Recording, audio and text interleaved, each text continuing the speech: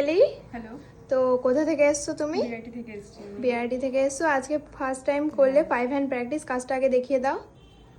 এই যে কাজ ওর, ও আজকে 5 হ্যান্ড প্র্যাকটিস করেছে। আমি এক ফোঁটা কিছু বলিনি, যেটুকু দরকার সেটুকুই, আমি হেল্প করিনি ওদের, ওরা নিজে থেকেই আজকে করেছে। বলো ফার্স্ট টাইম করে কেমন লাগলো? খুব ভালো লেগেছে, একটু নার্ভাস তো হয়ে গেছিলাম, খুব ভয় ভয় লাগছিল, কিন্তু কাজটা করেছি। দিদি বললো ভালো হয়েছে, এরপরে আরো বেশি বেটার হবে। তো মনে হচ্ছে কি পারবে তো? হ্যাঁ পারবো। মনে হচ্ছে তো? এখন মনে হচ্ছে নিজেকে আর্টিস্ট?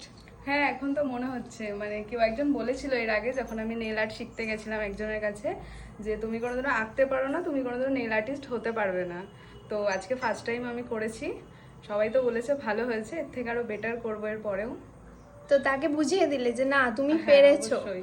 যে কেউ বলেছিল এইভাবে কাউকে বিবেচনা করা উচিত না যে তুমি আর্টিস্ট হতে পারবে না, তুমিও আজকে হয়েছো। এত সুন্দর একটা কাজ করেছো, ভীষণ সুন্দর কাজ করেছে ও। সব থেকে আমি বলবো আজকের ক্লাসে সব থেকে বেশি সুন্দর কাজ করেছে হচ্ছে পিয়ালি।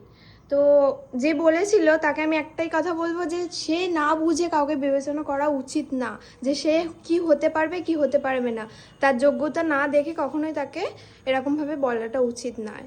তো আজকে হয়তো কতটা খুশি লাগছে এরকম? অনেক খুশি। ও আজকে প্রচুর প্রচুর নার্ভাস ছিল, দেখে সবাই বুঝতে পারবে।